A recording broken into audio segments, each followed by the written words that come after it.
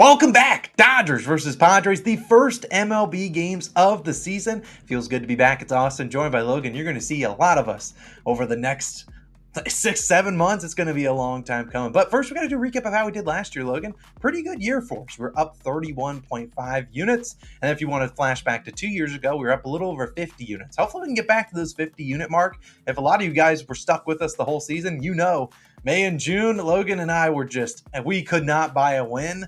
Hopefully we can avoid those type of months. I think May and June we lost legitimately like 25 units. So the fact that we were able to finish above 31, we've learned obviously a lot, and hopefully we can implement that going into this season. But I'm going to kind of talk about a couple things before we dive into the picks. Obviously only one pick today, and Logan will touch on that. But here's a couple things you can expect coming this MLB season. Not only will you have a lot of game picks, that's what Logan likes to specialize in, some game picks. We'll do some props. I normally like to tackle the props and base props and things like that. You're also going to get some home run picks. Everyone loves their Dinger Tuesdays, and last year we cashed a couple Dinger Tuesday parlays, which was nuts. We'll have a bunch of same game parlays. We'll have some hit parlays. We'll have team totals. Anything you name it, we're probably going to be betting it this season in the MLB. Obviously, going into different markets, seeing where we find our footing and where we're really successful, and that's what we're going to do. But Logan, I'm happy to be recording these videos every single morning with you. Obviously, we only have 2 games. We have today, and then we have tomorrow, and they're starting at like 6 a.m. But hey, it's a good time to be alive. How are you doing, man? Though. Yeah, these videos I look so much forward to. If you guys don't already know, baseball is without a doubt my favorite sport to bet. It's actually probably one of my favorite sports to watch. You know, if you're betting baseball for the first time, there is a pretty steep learning curve for sure. It doesn't bet like a whole lot of the other sports, but hopefully Austin and I can kind of be your guide for that. And as Austin mentioned, last year we learned a lot, especially from the pitch clock era. Baseball changed in a big way last year, and it changed a lot with one of our favorite bets, Nerfy Nation. We love betting the no-run first inning bets, and they will. I will make a guarantee they will return unless we just can't buy a win there, and then they'll get shelved again. But I really do think we will be able to bring the Nerfy flags back. We'll definitely have some fun with that. But speaking of fun, Austin, I'm getting right into our best bet of this first game of the season, and I'm taking the Padres on the run line, +1.5. You should be getting plus value for this because it is the underdog run line, and no doubt about it, the public will be on Dodgers. They will probably move this line around a little bit. You might get better odds as the day goes on, but we're back in the Padres on the +1.5 run line, meaning if they lose by 1 or win the game, we will cash this bet. Baseball is an interesting sport where they have sometimes the +2.5 run line, but normally is the +1.5 or -1.5 run line, meaning that's just kind of how these games are priced. You can pick the money line oftentimes, but there is a sort of safety blanket to picking the +1.5 run line. If you bet baseball long enough, like Austin and I have, you would know. You do like to have that extra half run in your back pocket. But are the Dodgers the better lineup on paper? Yes, you guys don't need to tell me that in the comments. They're going to be a juggernaut this season, but there are going to be times where we can bet against them. And game 1 of the regular season, sure, I'll go ahead and take a shot on the Padres in this one. I don't think they're head and shoulders above the San Diego Padres. We know that given the +1.5 runs, there's value on these games, especially if they could be lower scoring. In the first game of the regular season, are the bats just going to be as they will be but come October? I don't really think so. We could see a pretty strong game of pitching, and that's what we get with both teams trotting out their ace. Tyler Glasnow starts for the Dodgers. Last year, 3.53 ERA for the Rays last season. He's been the Dodgers now acquisition. They're building a little super team over there in LA, of course, as they always do. But there aren't many plate appearances for this Padres team against Tyler Glasnow. Not a whole lot of familiarity. But I just look through this lineup and I say, are there hitters I can trust? Because obviously the Dodgers have the better hitters on paper, but there's some still heavyweight guys. We've got Manny Machado, we got Tatis Jr., we've got Xander Bogaerts, and Ha-Seong Kim, all leaned upon heavily in this lineup, and I think they all could be in line to produce this year. Ha-Seong Kim last year hit 260. He was a guy that Austin and I would put in a lot of hit parlays, and he came through for the kids a lot of the time.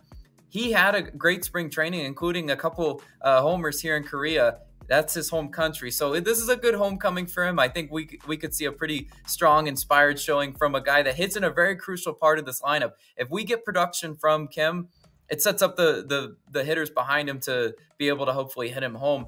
And it's very hard for this Padres team to be as bad as they were last year with runners in scoring position. They were 21st in the majors and run with runners in scoring position. Actually, to start the year, they were even worse. So as the year got on, they did get a little bit better, but they should be better this year simply just because of the talent. They were such an underachieving team talent-wise last year. And it really just came down to they would have guys in scoring position and they could never bring them home. They would just strand them. And it was pretty frustrating for a lot of you people that backed the Padres last year. They were unprofitable to back. I think we're going to see better showing from them offensively. I think we're going to see a strong showing from their ace pitcher, Yu Darvish, in this one too. I like the spot for him. Even though he is facing a juggernaut Dodgers offense, Yu Darvish had a 1.98 ERA versus the Dodgers lineup last year. And in 214 plate appearances, the Dodgers' current lineup only has a .197 batting average with a 26.6% K percentage. Pretty solid numbers there against the Dodgers. Now, obviously, the Dodgers lineup added a guy named Shohei Ohtani. We all know that. But I think Darvish could definitely go out and do what he does best, and that's getting out of jams and getting the swing and miss. He's a really good pitcher at the put-away pitches. He's very crafty. If I was a hitter, I really wouldn't know how to attack Yu Darvish because he does such a great pitch mix. And last season, the Padres were 10th in bullpen ERA, and the Dodgers were 2nd. The gap isn't as huge as both teams had a sub-4 bullpen ERA. I think on paper, obviously, you do give the edge to the Dodgers, but the Padres lost Josh Hader. They still got Peralta from the Yankees. They reloaded in bullpen. I think they'll be fine as the year goes on. Dodgers have the slight bullpen edge with Brazier, Kelly, Phillips, but they weren't immune to giving up runs late game. No bullpen is, actually. There are some bullpens that are better than others. There are also some that are a lot worse than others. I still think there should be run opportunities late in this game, even for the Padres, and that's where the cover run could come in this one. The Padres have enough offense to keep this game close, and I like Darvish actually as a starting pitching option more than Tyler Glasnow. I'm just calling it how I see it. That's my opinion. It's game one. We have no sample size to go off of, but I'm taking the Padres to get the cover in game one of this series. I think the value does lie on the underdog in this spot, and I really like the Padres as our first MLB bet of the year. Austin, what are you thinking about the Padres for us? Hey, all I know is we're starting off 1-0. That's what we love to see. Now, like I said, there's only one game, so I'm not going to force a second pick for one unit like we put one unit on the Padres. But I do have a little, it's the first game of the season. I want to wake up at 6 a.m. and sweat out a little bit of a same game parlay. So I'm going to do just that. And then we'll talk about one last couple notes before we get out of here. Obviously, just one game on. 4 legs. Here's what we got. Tyler Glasnow, 5+ strikeouts. Jackson Merrill of the Padres, 1+ hits. Shohei Ohtani, 1+ RBIs. And then the alt under at 12.5. This is plus 625 on Bet365. It's only about plus 490 on FanDuel, which I will talk about why you should try to get a bunch of different books for the MLB season after this. But let's talk about this one. Obviously, don't put, a full unit on it. We're just having some fun here, but I really think we had a chance. Now, Glasnow, Logan talked about him. He's a strikeout specialist. When he gets outs, it's typically via the strikeout. While I don't expect him to, have the longest leash in the world in his first start, but I do expect him to get to 5. That's kind of what he does. He has a lot of swing and miss pitches, and the Padres were, about middle of the pack in terms of strikeouts last year. I think he can punch out 5 guys. Now, hopefully one of the guys he's not punching out, though, is Jackson Merrill, the rookie, the 2021 first-round pick. He's had a lights-out spring, and this is the guy that he was just named the opening day starter in center field, and he's a lefty. And if we know anything about Glasnow, he struggled against left-handed batters last season. I don't remember the exact splits, but it was pretty substantial. If you were a lefty, you had a lot more success than if you were righty against him. We sometimes targeted lefties against him because sometimes when Glasnow gives up hits, they're pretty hard hits, and that's where you can see guys get 2+ bases, which is kind of what you're looking for. Now, obviously, Ohtani, you guys know who he is in a new uniform, and he's a reason why I actually got my future ticket on the Dodgers to win the World Series right behind me. I put a little bit of money on them when I was in Vegas, and the line it was plus 600 right after Ohtani signed. Then they got Glasnow, they loaded up, and it's not like plus 350, which is nuts. Great CLV, tip my cap. But let's talk about Ohtani, who obviously should be batting in the 3 spot. When you got Mookie Betts and Freddie Freeman in front of you, probably a pretty good chance, so Shohei Ohtani's going to come up with someone on base. That wouldn't be so crazy. And with Mookie maybe stealing, maybe getting a second, all we need is a hit there. Also, we know Ohtani, he's certainly capable of sending one of the bleachers. It could be a solo blast, or he could get a sac fly. He just always seems to deliver when his team needs him to. So I'm okay trusting him for 1+ RBI. I considered making that a 1-unit play, but I'm not going to, force too many plays into one game. We got plenty, as Logan would knows, and a lot of you guys probably know, we got a lot more games to bet on. We don't need to be forcing a ton of picks and draining out our bankroll in case we start the season slow. And the final leg is the alt under 12.5. think we see some runs in this game, but I don't think we see 13 plus runs. We'll get some, but I think Glasnow and Darvish will keep this game low scoring, which is also obviously helps Padres plus 1.5. If we lose this parlay, hopefully it's because the Padres put up 12 runs by themselves, and that's how we lose. But plus 625, you can put $10 on it, $5, whatever you want. A little bit of a sweat. 6 a.m. So it's going to be a sweat. Hopefully we're waking up with a couple of these legs down, and maybe we're probably sweating an alt under for that one. But I really like that. Now, let me go on a little bit of a soapbox to wrap up this video, and I'm sure Logan can tag team on this.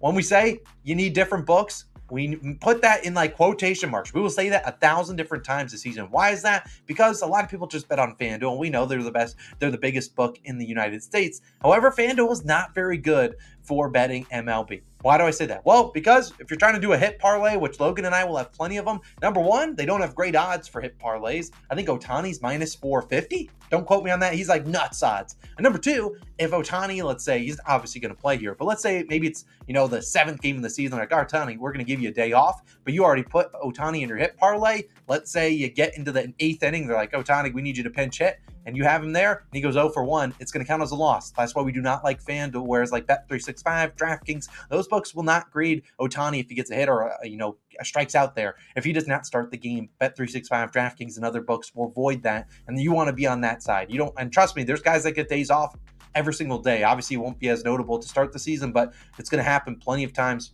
Like I said, if you can play your hit parlays, try not to do them on FanDuel.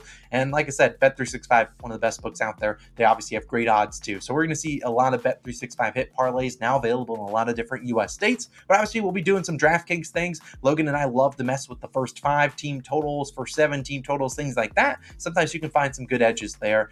So definitely, if you can sign up for DraftKings and Bet365, I'll put some sign up links down below. Obviously, that helps you guys get some bonus bets and things of that nature, but ultimately it gives you more bucks, more opportunities to kind of beat some of the value, because like I said, FanDuel is not great. And I'm sure, Logan, if you want to touch on that for a second before we wrap up, you certainly can right here.